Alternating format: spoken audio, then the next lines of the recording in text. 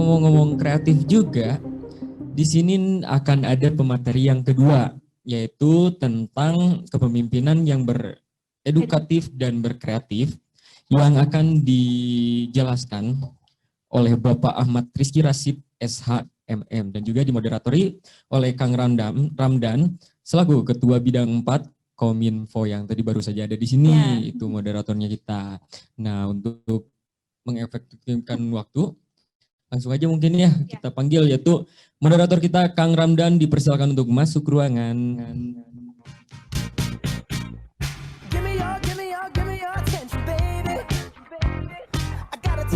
Kami serahkan kepada moderator untuk pematerinya, waktu dan tempat kami persilakan.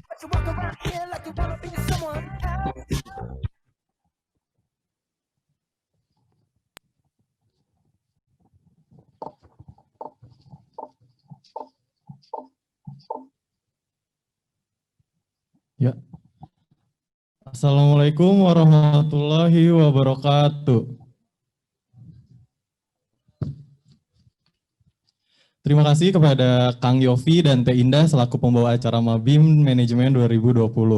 Selanjutnya saya akan memperkenalkan diri terlebih dahulu. Saya Ramdan Aldi Dastanto. Di sini saya selaku moderator materi kedua dengan tema kepemimpinan yang beredukatif dan kreatif organisasi. Materi kedua ini akan disampaikan langsung oleh Bapak Ahmad Rizky Rashid SHMM. Beliau lahir di Banda Aceh tanggal 24 Mei 1980, beragama Muslim. Dan saat ini beliau tinggal di Bandung, Jalan Banyu Biru 1, Blok P, nomor 23, dan sudah memiliki 3 orang anak. Buat teman-teman semua yang ingin menghubungi beliau bisa ke nomor 081 218 830 002 atau bisa melalui email beliau yaitu ariskirashid@gmail.com. Untuk jenjang pendidikannya sendiri, beliau S1 Fakultas Hukum Universitas Indonesia, S2 Manajemen Pemasaran Universitas Winaya Mukti, dan S3 Manajemen Universitas Pasundan. Beliau mempunyai pengalaman organisasi di SME Director at Indonesia Marketing Association Bandung Chapter pada tahun 2020. Saat ini beliau kerja sebagai Presiden Director di PT Jabar Energi dari tahun 2018 hingga saat ini. Beliau pun pernah bekerja sebagai Kepala Divisi Hukum dan Manajemen Risiko di PT Jasa Sarana pada tahun 2013 hingga tahun 2018. Untuk mempersingkat waktu, mungkin kita langsung saja ya panggilkan kepada Bapak Ahmad Rizky Rashid untuk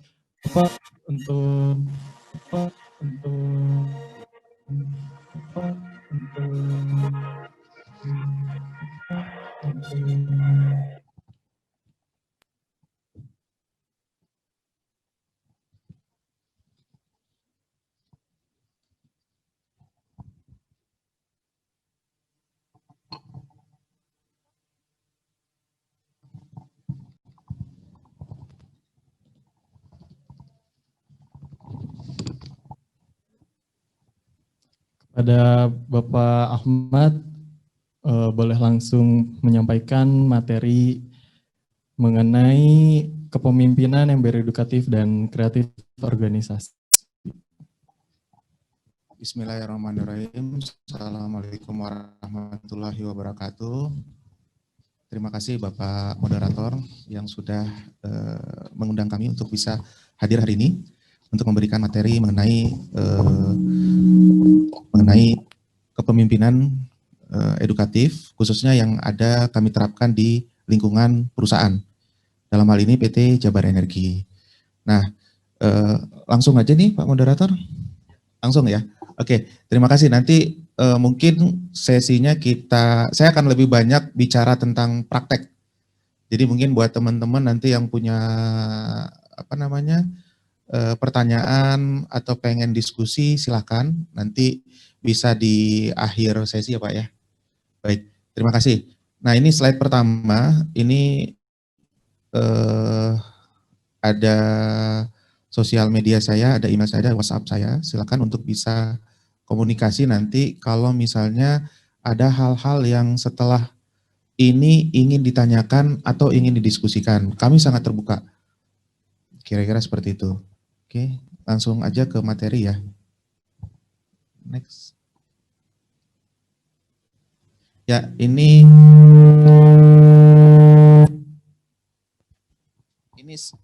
CV saya sebenarnya ya. Jadi saya pengen cerita sedikit nih mengenai kepemimpinan. Jadi pemimpin itu tidak dilahirkan, tapi pemimpin itu dibentuk atau dibuat dari lingkungannya. Itu kenapa teman-teman di sini mumpung masih muda, mumpung masih mahasiswa, saya berharap bisa bangun kreativitas mulai sekarang. Ya, mumpung masih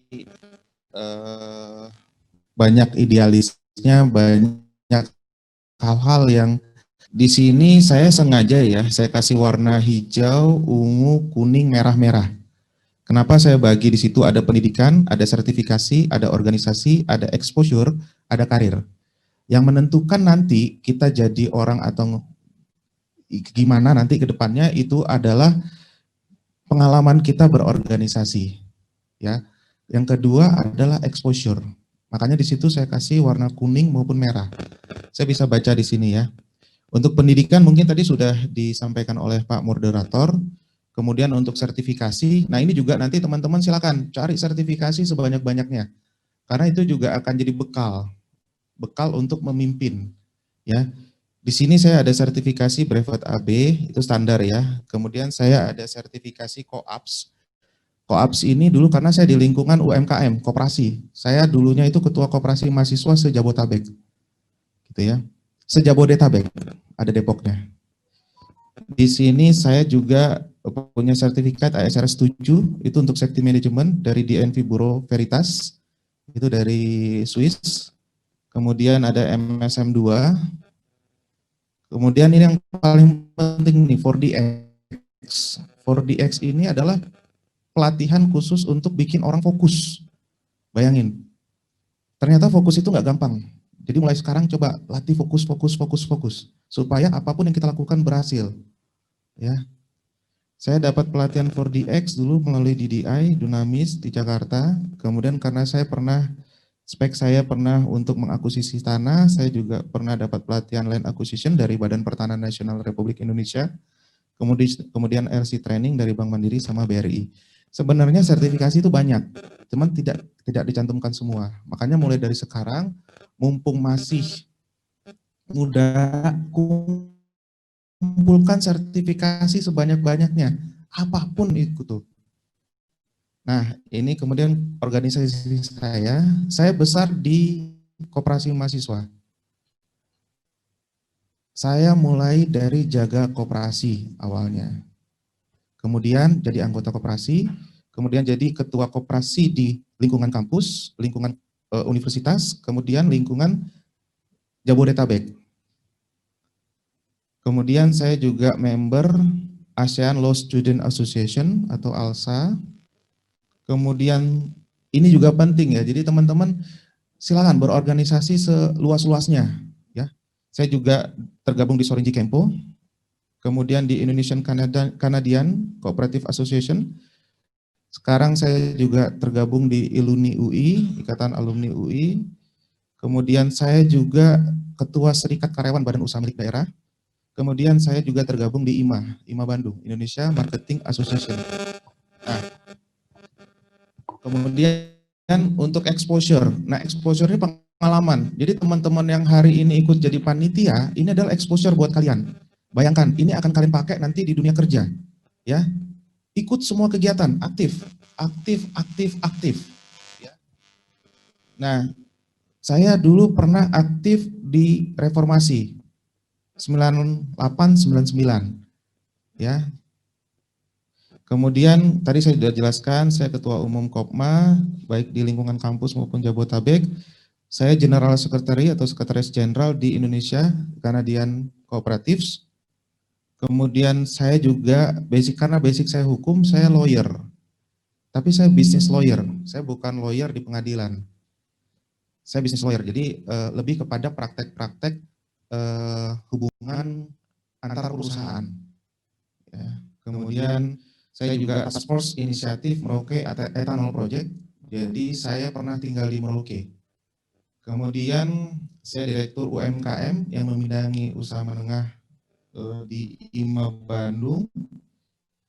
Kemudian saya ketua umum Serikat Karyawan, itu sudah tadi disampaikan juga. Saya juga task force inisiatif pengembangan jaringan gas rumah tangga untuk Jawa Barat. Nanti bisa diterangin di slide berikutnya. Untuk karir tadi juga udah disebutkan, dulu saya karena terlalu aktif di kampus, saya akhirnya diangkat jadi asisten dosen. Karena terlalu aktif ya. Kemudian saya jadi asisten peneliti di LKHT, Lembaga Kajian Hukum dan Teknologi. Saya mulai karir di pengacara, saya sebagai asisten pengacara di kantor hukum OJK Ligis, kemudian Mayasak, Raharjo and Partner. Kemudian saya juga pernah jadi supervisor HR dan legal di M2V. Kemudian legal specialist head di Meko Energi Downstream. Saat ini sebagai direktur di PT Jabar Energi. Jadi di sini ada warna-warna yang teman-teman harus perhatikan. Kumpulin exposure sebanyak mungkin. Kalau dilihat di situ exposure saya tuh banyak di merah tuh. Ya, itu bakal jadi bekal. Ya, apapun kegiatan ikuti. Ya, jangan di kampus hanya belajar. Kampus itu juga jadi semacam candra di muka kita lah untuk kehidupan berikutnya. Rata-rata orang yang berhasil di dunia kerja adalah orang-orang yang punya exposure yang bagus. Gitu. Umur 37 tahun. Itu karena exposure saya lumayan banyak. Kira-kira seperti itu. Oke, next. Nah, ini saya pengen terangin nih. Ini aktivis nih ya.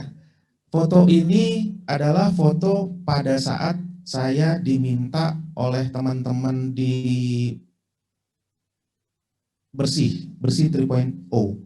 Bersih 3.0 itu adalah kegiatan reformasi di Malaysia. Ini zaman saya demo di Malaysia. Ini di dataran Merdeka. Nah, saya itu paling kanan ya kalau dari arah saya ya. Yang tengah ini sekarang Wali Kota Binjai.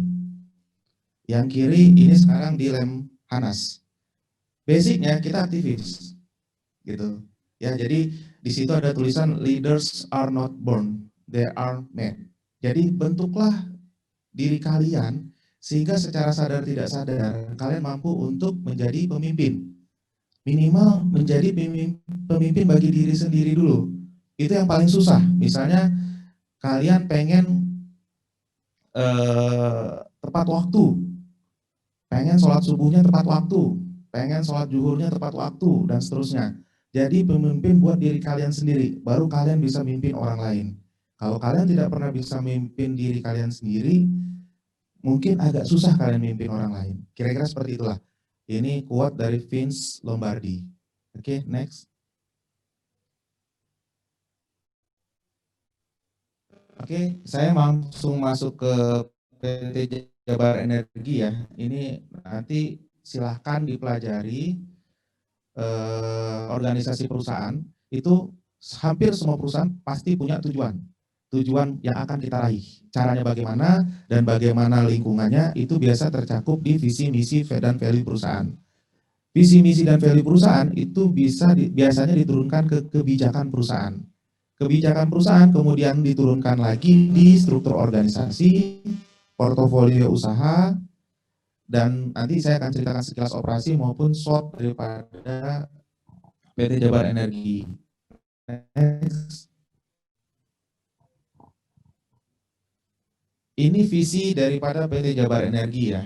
Jadi semua perusahaan itu harus punya visi. Ini teman-teman kan mungkin dari kampus manajemen ya. Jadi sebelum kita mau melakukan apapun juga kita harus punya visi ya, baik itu pribadi, keluarga, teman-teman, lingkungan teman-teman maupun perusahaan. Ya. Visi Jabar Energi adalah kita ingin menjadi perusahaan energi yang handal dan terpercaya untuk ketahanan energi Jawa Barat. Ini luar biasa. Kenapa? Karena hari ini untuk ketahanan energi Jawa Barat itu kita masih bergantung fosil based energi. Kira-kira gitu. Jadi Jabar Energi akan mengusahakan agar energi di Jawa Barat itu dari Jawa Barat sendiri, kita tidak ekspor. Oke, next. Ini misi kita. Jadi dari visi itu jadi misi, ya kan? Visi itu lebih jauh ke depan, cita-cita kita dan sebagainya. Namun kalau misi ini kira-kira apa yang mau kita lakukan untuk mencapai visi kita? Oke, pertama misi kita adalah penyediaan akses dan infrastruktur penunjang, penyimpanan, serta pendistribusian energi di Jawa Barat. Kemudian penciptaan dan penyediaan energi baru dan terbarukan. Kenapa? Karena selama ini kita masih bermain di fossil base. Fossil base itu adalah energi yang berasal dari, ya sederhananya itu dari minyak bumi dan gas bumi. Ya, batu bara juga. Itu fossil base. Kemudian kita juga ingin meningkatkan daya saing perusahaan melalui penerapan nilai-nilai perusahaan. Yang keempat tentunya karena ini perusahaan, kita ingin memberikan nilai tambah bagi pemegang saham melalui bisnis yang berkelanjutan. Ingat, kalau PT itu harus cari untung. Ya, kalau nggak cari untung bukan PT. Ya, kira-kira gitu. Next. Nah, ini corporate value kita. Corporate value ini penting ya. Perusahaan sebesar apapun itu harus punya nilai. Nilai inilah yang membentuk karakter atau budaya di perusahaan. Ya. Budaya pertama kita atau nilai yang ingin kita bentuk menjadi budaya di PT Jabar Energi pertama adalah profesional. Kemudian inovasi, kemudian sinergi, kemudian integrity, kemudian passionate. Saya menambahkan passionate di sini karena kalau nggak ada passion, orang itu menjalankan sesuatu itu kayak robot, ya. Jadi kalau bisa, apapun yang kita lakukan, kita harus ada passion di situ. Apapun, ya sehingga kita kerja bukan sekedar kerja, kita membangun bukan sekedar membangun, ya. Passion kita di situ, sehingga ketika perusahaan itu, misalnya gini, profesional, inovatif, sinergi, integrity, tanpa passion, kecepatan kita paling 60 km per jam. Tapi kalau semua orang punya passion di situ, punya passion yang sama, kecepatan kita mungkin bisa 200 km per jam. Nah, itulah kenapa passion itu penting, menjadi nilai yang membangun budaya di dalam suatu perusahaan. Itu juga nanti mungkin di teman-teman himpunan mungkin tuh ya, passionnya ya mungkin ya. Biar apa kerja itu kayak seneng gitu loh, ngumpul gitu kan. Ngumpul itu bukan hanya sekedar oh gua anggota hima nih, bukan sekedar itu. Jadi harus ada passionnya gitu. Ya, kira-kira seperti itu. Next, ini kebijakan perusahaan, yang tadi visi misi turun ke value, kemudian ini kebijakan perusahaan kita. Di sini ada 4 kebijakan yang sedang kita bangun. Pertama, di SDM. Pemenuhan struktur SDM perseroan, karena memang struktur kita ada struktur yang sangat slim. Tidak semua kita penuhi hari ini. Kemudian rekrutmen terkoordinasi dengan holding, biar ada satu suara ya, karena kami juga punya holding. Holding kami BUMD, namanya PT Jasa Sarana. Kemudian standarisasi SDM dengan holding, ya supaya bisa satu gerak, satu irama. Lucu kalau misalnya yang satu narinya ke kanan, yang satu narinya ke kiri. Itu sangat dihindari di SDM. Kira-kira gitu. Kemudian GCG ini penting untuk BUMD. Kita sekarang lagi pembuatan GCG baku maupun standarisasi SOP. Sehingga apapun yang kita lakukan itu sesuai dengan tata kelola perusahaan yang baik. Kemudian branding, karena kita organisasi mengenai penjualan, di branding ini kita mencoba untuk membangun image perusahaan yang tidak terlepas dari fungsi ketahanan dan pelayanan energi bagi masyarakat Jawa Barat. Compliance, meminimalkan keluhan dan mengutamakan tingkat kepuasan pihak ketiga. Kira-kira seperti itu. Kemudian struktur organisasi. Ini mohon maaf, saya sambil baca ini ya, materi di handphone ya, nggak apa-apa ya. Karena nggak semua saya hafal. Organisasi hari ini, kita ada Dewan Komisaris, ada Direktur Utama, ada Direktur Operasi dan Pengembangan, kemudian ada Direktur Keuangan. Di bawahnya ada fungsi masing-masing, mungkin bisa dilihat di situ, ada Divisi Operasi dan Niaga, Divisi Pengembangan dan Investasi, kemudian di Direktorat Keuangan dan Umum, di situ ada divisi keuangan SDM dan umum, kemudian ada sekretaris perseroan. Kenapa struktur organisasi kami slim? Karena kami pengen bergerak efektif dan efisien. Kira-kira seperti itu. Oke, next. Ini kegiatan operasi kami ya. Next. Mungkin di slide berikutnya. Oke. Nah, ini kegiatan operasi kami. Kami ini punya 2 kegiatan. Pertama SPPBE. Ya, SPPBE ini P-nya ada 2. P pertama itu pengangkutan. Ya.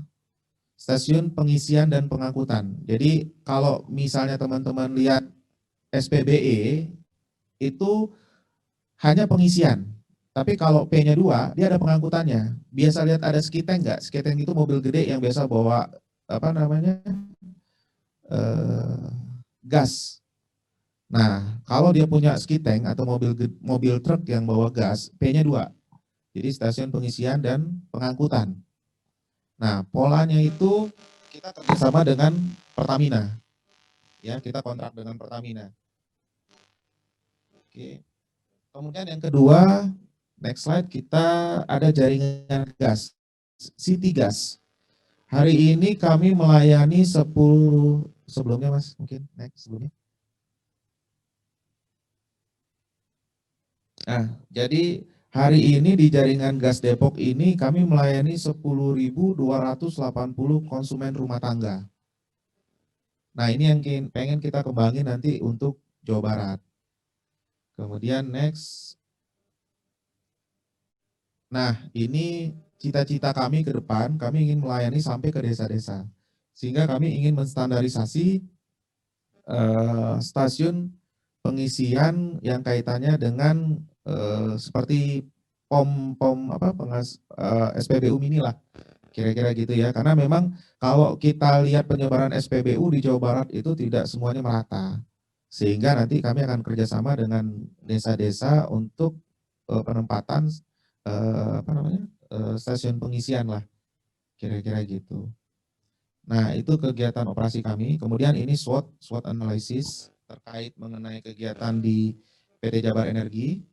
Kita punya strength pertama kita strength kita karena kami BUMD, kami punya dukungan dari pemegang saham dengan status pemerintah, sehingga kami sangat digampangkan di situ. Oke. Kemudian untuk opportunity kami, Jawa Barat sebagai wilayah kerja utama merupakan salah satu sumber migas terbesar di Indonesia. Jadi sayang kalau BUMD tidak ikut main di wilayah yang potensi sumber gasnya tuh termasuk yang terbesar di Indonesia.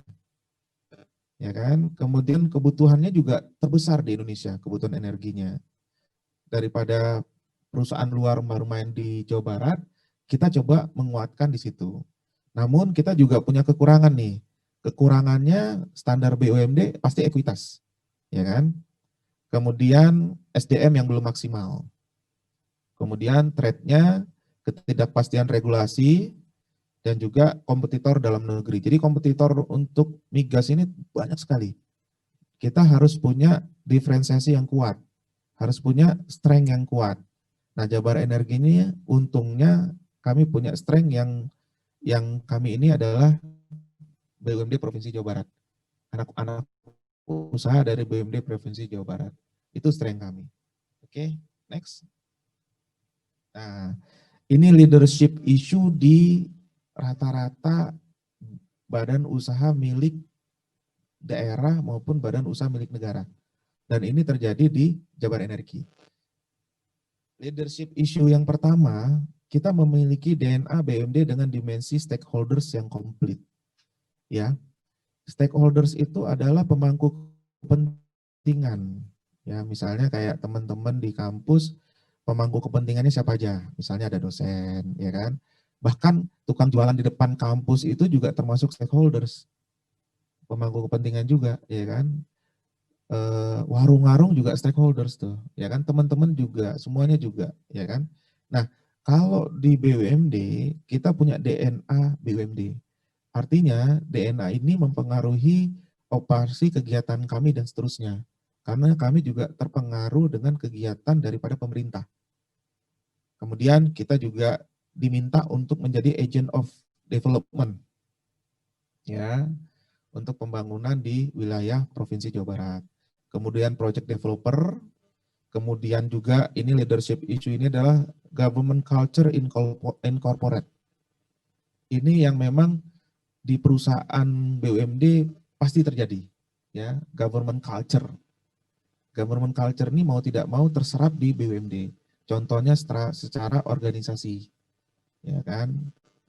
Kemudian full shareholder equity in financing. Sampai hari ini tuh Jabar Energi itu pendanaannya masih 100% dari pemegang saham. Ya kan?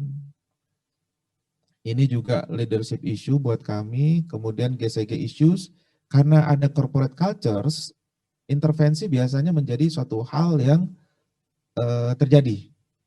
Ya. Kemudian skill, exposure, dan pengalaman. Karena rata-rata di badan usaha milik daerah, badan usaha milik negara, GCG terhadap SDM, skill, exposure ini belum maksimal. Kira-kira gitu. Beda dengan perusahaan swasta yang misalnya kayak dulu saya pernah di Medco Energi ya. Jadi untuk rekrutmen itu benar-benar dicari yang terbaik untuk kebutuhan perusahaan. Tapi yang terbaik untuk kebutuhan perusahaan belum tentu terbaik untuk kebutuhan BUMD atau BUMN. Karena BUMD sama BUMN harus ada skill pemerintah. Ya, skill pemerintah itu biasanya skill lobby, skill diskusi, skill dialog. Karena swasta menghindari itu.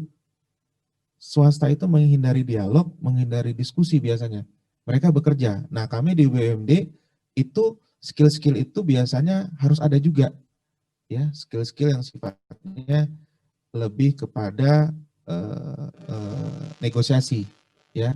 Nah, teman-teman di kampus ini harus memperbanyak skill ini nih, ya kan, ke dosen, kemana. Nanti itu kepake, pasti kepake itu. Ya, gimana caranya kita bisa berteman dengan sebanyak-banyaknya orang. Nah, kalau di swasta, berteman itu dibatasi, hanya untuk kepentingan perusahaan itu aja. Nah, kalau di BUMD tidak, dibuka seluas-luasnya. Bahkan kami juga terkait mengenai bukan hanya pemerintah ya, terkait NGO-nya juga kita dilibatkan, ya kan. Kemudian ini terakhir, next.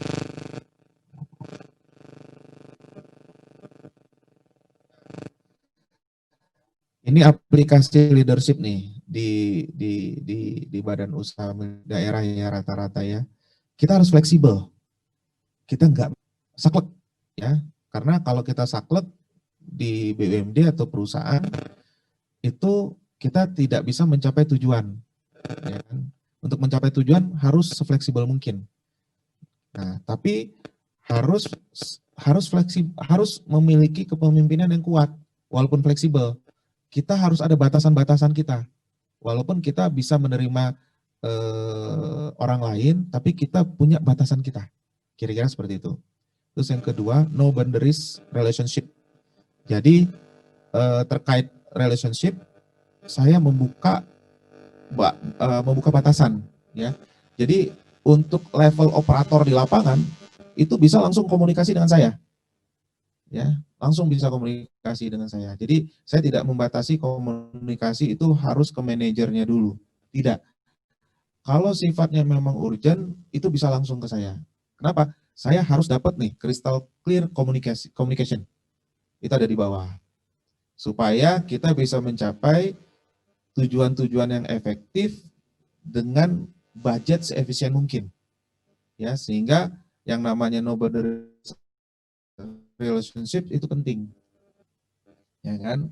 Ya seperti kayak teman-teman mahasiswa aja, walaupun ada ketua himpunannya, tetap anggota masih bisa ngobrol kan. Nah, kalau di perusahaan itu jarang yang seperti itu. Operator itu untuk nyari ke direkturnya itu kadang-kadang susah. Nah, sejak kepemimpinan saya, itu saya buka semua. Jadi kalau kita main bola, istilahnya itu total football lah. Ya kan, supaya perusahaan bisa larinya lebih kencang. Kemudian personal approach, jadi hampir semua karyawan di Jabar Energi punya nomor handphone saya. Jadi mereka itu mau ngapain aja silahkan. Sebatas norma-norma yang ada ya, sebatas urusannya adalah urusan kerjaan. Tapi kadang-kadang ada urusan keluarga juga, nggak ada masalah gitu.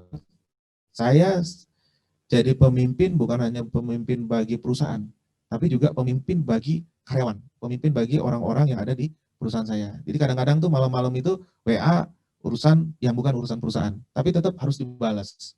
Kenapa? Komunikasi itu penting. Ya. Kemudian kita harus set yang namanya one goal, one mission, one direction.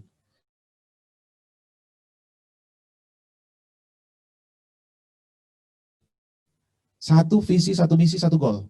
Semua dari direksi.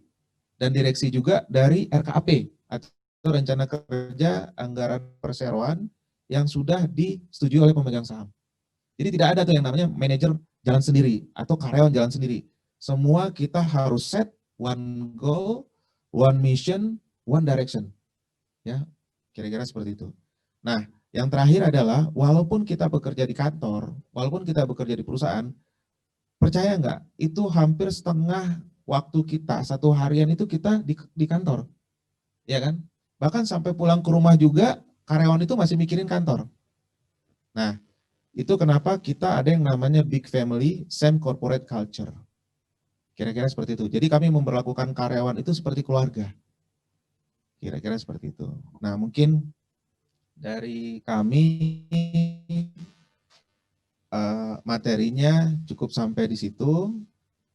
Untuk sesi berikutnya kami kembalikan kepada moderator. Terima kasih. Wabillahi taufiq wal hidayah. Assalamualaikum warahmatullahi wabarakatuh. Ya, terima kasih kepada pidanya. Langsung saja kepada teman-teman mahasiswa baru yang ingin bertanya, sangat amat boleh. Di sini untuk mahasiswa, untuk teman-teman mahasiswa baru yang bertanya akan mendapatkan reward dari Pak Ahmad tersendiri. Oke, boleh langsung saja kepada mahasiswa baru yang mau bertanya, bisa langsung menekan tombol reaction yang ada di tombol bawah sebelah kanan.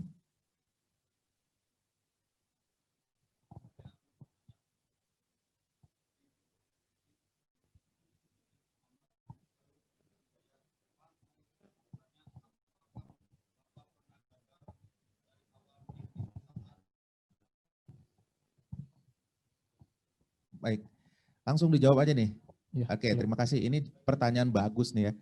Dari saudara namanya Muhammad ya. Yang Muhammad siapa? Muhammad Muftah ya. Terima kasih nih, jawabannya, pertanyaannya bagus banget.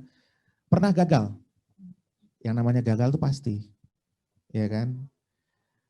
Jadi pada saat kita ke lingkup Jabar Energi ya, kalau lingkup saya usaha, saya udah sering gagal. Udah gagal itu makanan sehari-hari. Kalau nggak gagal itu aneh menurut saya. Karena nggak semua orang seberuntung itu. Ya, kegagalan itu suatu hal yang pasti. Tapi dari kegagalan kita belajar. Dari kegagalan kita belajar untuk bisa meloncat lebih jauh. Dari kegagalan kita belajar untuk tidak dijatuh di lubang yang sama. Ya, dari kegagalan kita belajar menseleksi teman. Dari kegagalan kita belajar exposure baru, ya. Jadi pengalaman saja nih. Jadi pertama kali saya mimpin Jabar Energi itu tiap bulan minus 50 juta. Ya. Jadi untuk gaji karyawan itu saya harus cari sana sini. Nah, di situ saya mulai bedah itu. Kenapa kok bisa begitu? Karena kalau sampai minus itu berarti gagal. Ya kan? Nah, dari situ saya lihat, pertama komunikasi tidak lancar. Ya kan? Makanya tadi di awal saya jadi direksi, saya roadshow sampai ke level bawah. Ya kan? Di situ saya bagi nomor handphone saya. Ada apa-apa saya bilang WA ke saya. Ya kan? Nah, paling bahaya adalah gagal komunikasi. Ya, mungkin kalau untuk bahasa manajemen susah nih. Saya coba pakai bahasa teman-teman saja yang seumuran teman-teman ya. Misalnya nih, teman-teman pacaran nih, ya kan? Kalau udah gagal komunikasi ujung-ujungnya apa? Selesai. putus. Ya kan? Dari kegagalan gagal komunikasi, nyari pacar kedua, berarti ada yang diperbaiki kan? Ya. Kira-kira seperti itu. Nah, itulah yang kemudian dari kegagalan-kegagalan tersebut kita belajar, ya. Jangan gara-gara kegagal kita nggak move on, ya kan? Move on itu ujungnya kerugian. Maksudnya nggak move on ya, nggak move on itu ujungnya kerugian, ya. Jadi apapun juga kita harus tetap, ya, gagal itu pasti. Justru kalau nggak gagal itu nanti kita nggak belajar. Misalnya gini, saya 1 tahun bisnis misalnya ya, 1 tahun bisnis saya tidak menemukan banyak kegagalan, ya. Tiba-tiba kena COVID nih kayak sekarang, selesai, ya kan? Tapi yang mereka sudah menemukan kegagalan-kegagalan dari awal, kemudian ketemu batu kerikil, ketemu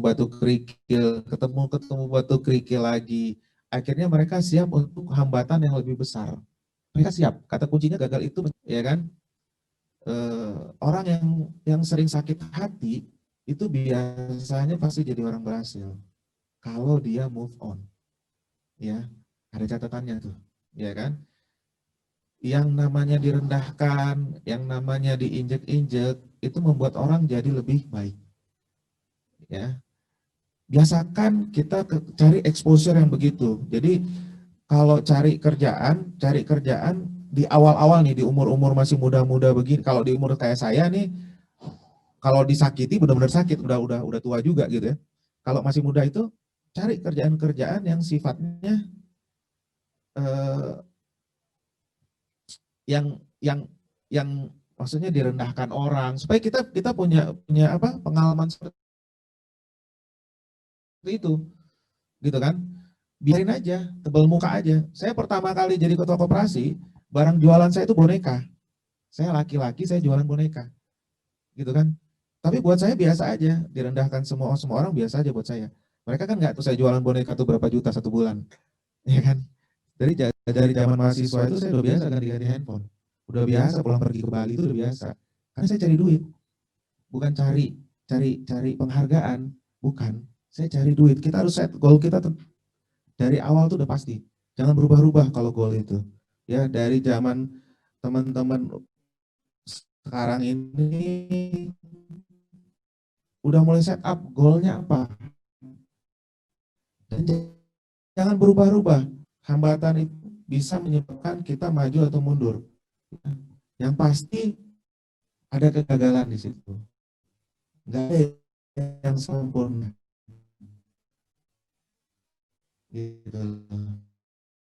Ya. Tipikal pengusaha scraper. Ya, kalau Silver Spoon dia lahir memang bapaknya pengusaha, gitu kan. Jadi semua dimudahkan.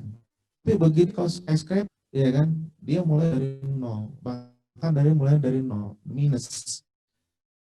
Begitu ada masalah, dia selesaikan sendiri. Nah, makanya tadi di awal saya sudah bagi-bagi. Ada yang hijau, dari pengalaman hidup saya ya, dari CV saya, ada yang hijau, ada yang ungu, ada yang kuning, ada yang merah. Mulai sekarang cari yang merah, jangan yang hijau melulu. Ya kan, sekolah terus, tapi exposure-nya nggak ada. Ya kan, ikut pelatihan terus, tapi exposure-nya nggak ada. Pelatihan jualan, pelatihan marketing, pelatihan terus gitu ya, tapi nggak pernah jualan. Ya kan, jualan dulu, baru ikut pelatihan atau paralel. Jadi tahu pahit-pahitnya tuh gimana, gitu kan. Biasanya orang yang berhasil itu udah tahu pahitnya, bukan tahu manisnya. Tapi kalau kita tahu manisnya di depan, biasanya ke belakangnya itu begitu kena badai, kebalik gitu loh. Ya kan? Kapal laut itu dibuat bukan untuk apa namanya? Untuk berlayar di lautan yang banyak angin, banyak ombaknya. Kira-kira gitu ya. Mungkin dari saya untuk pertanyaan pertama itu, apakah saya pernah gagal? Ya sering lah. Kira-kira seperti itu. Ada lanjutnya? Untuk selanjutnya ada pertanyaan.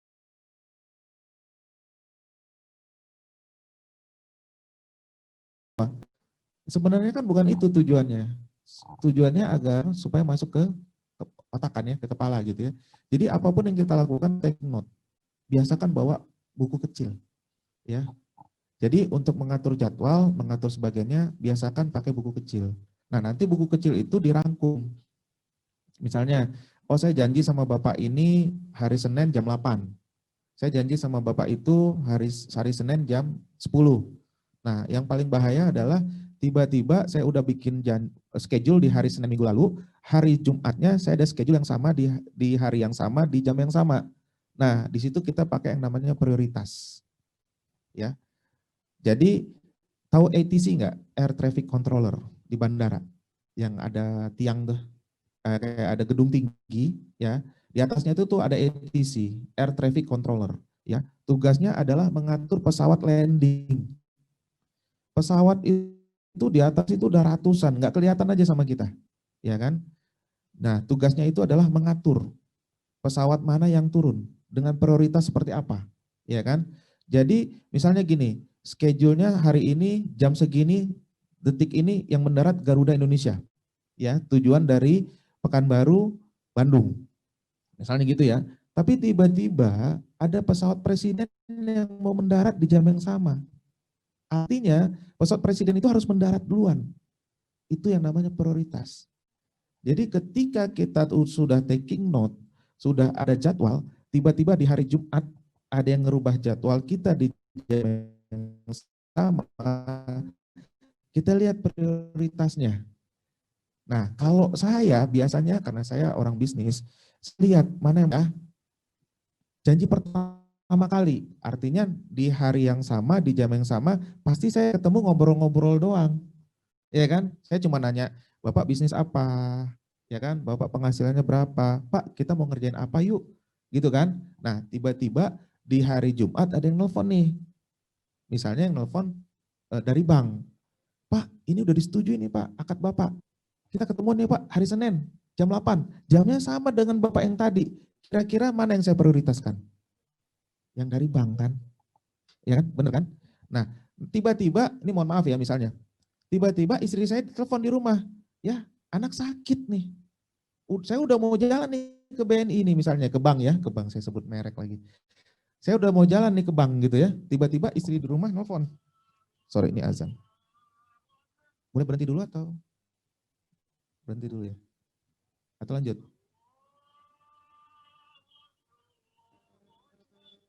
Hah? Azan dulu ya.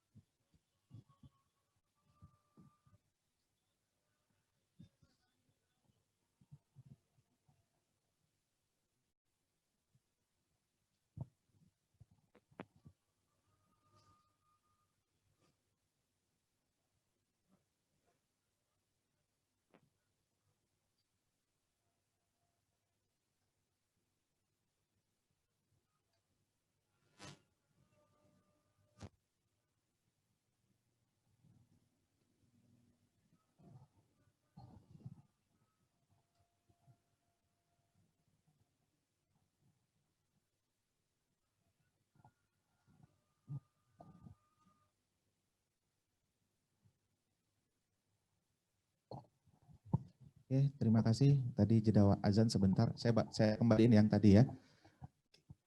Nah, jadi ketika tiba-tiba saya harus ketemu bank, istri saya nelfon, anak saya sakit. Nanti saya tanya dulu, istri saya bisa handle nggak? Kalau bisa handle, saya ke bank.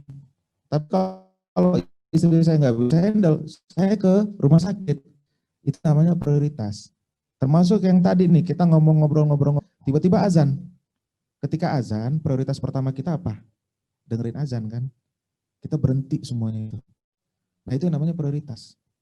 Kira-kira gitu. Jadi untuk menjawab pertanyaan tadi, kita harus taking note pertama, prioritas. Nah, nanti tergantung prioritas diri, ya kan? Ada yang lebih memprioritaskan teman. Biasa kan? Kalau ada teman ngajak main, itu prioritas pertama. Azan dia lewat tuh. Ya kan, disuruh bapak ibunya lewat.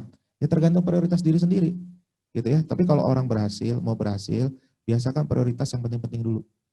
Kira-kira seperti itu, ya. Cukup. Ada pertanyaan? Mungkin satu lagi.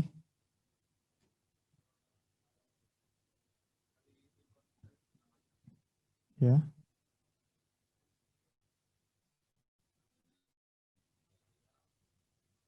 Pertanyaannya.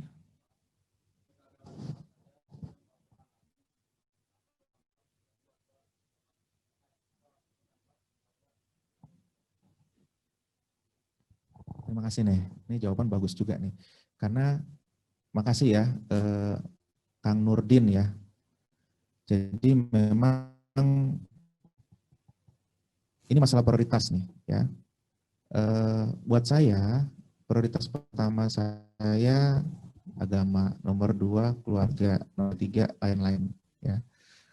Jadi kalau ditanya perusahaan atau keluarga, saya pasti mementingkan keluarga. Ya, ketika kita udah tua, kita baliknya kemana? Ke keluarga, ya kan? Kita balik ke temen nggak? Enggak. Ketika kita pensiun, kita balik ke perusahaan nggak? Enggak. Yang ada kita ditutup kan pintunya, Bapak udah pensiun gitu kan? Jangan main lagi Pak, ke sini Pak, main Pak, atau Pak pulang atau Pak, gitu kan ya? Nah kira-kira gitu. Jadi apakah pernah kegagalan berdampak ke keluarga? Nah jadi gini, ini masalah leadership nih, ya.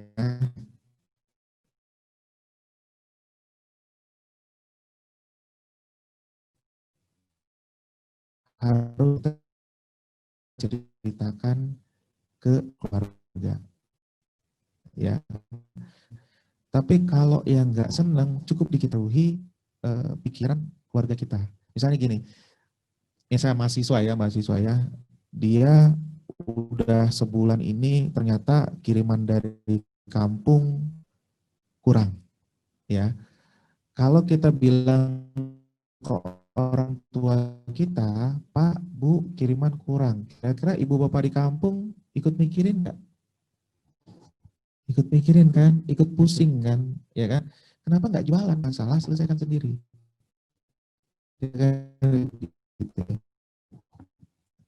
Jadi yang namanya gagal, saya udah biasa, ya. Bahkan saya pernah mencat dari kantor, kira-kira gitu. Tapi saya tidak cerita di rumah, saya usaha sendiri. Juga nih dari panitia. Mungkin cukup ya jawabannya ya. Terima kasih. Wabillahi taufiq wal hidayah. Assalamualaikum warahmatullahi wabarakatuh. Terima kasih kepada teman-teman mahasiswa baru yang telah memberikan pertanyaannya. Nanti ada reward dari melalui GoPay, OVO, atau sebagainya. Mungkin saya akan membacakan rangkuman dari materi yang telah disampaikan oleh Bapak Ahmad. Yang pertama, kalian sejak dini harus membangun kreativitas dari diri kalian sendiri. Ada pepatah mengatakan para pemimpin tidak dilahirkan, tapi mereka dibuat. Selanjutnya, kalian harus tetap fokus dalam melakukan jadilah pemimpin dari diri sendiri dulu dalam mengatur waktu, mengatur apapun itu. Dan selanjutnya tadi ada membahas mengenai PT Jabar Energi, ada visi misi, ada analisis SWOT, ada portofolio usaha itu sendiri, ada value perusahaan, ada visi misi, ada passion,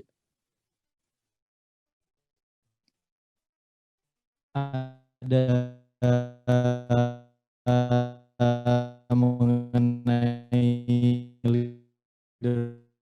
sekian yang bisa. Wassalamualaikum warahmatullahi wabarakatuh.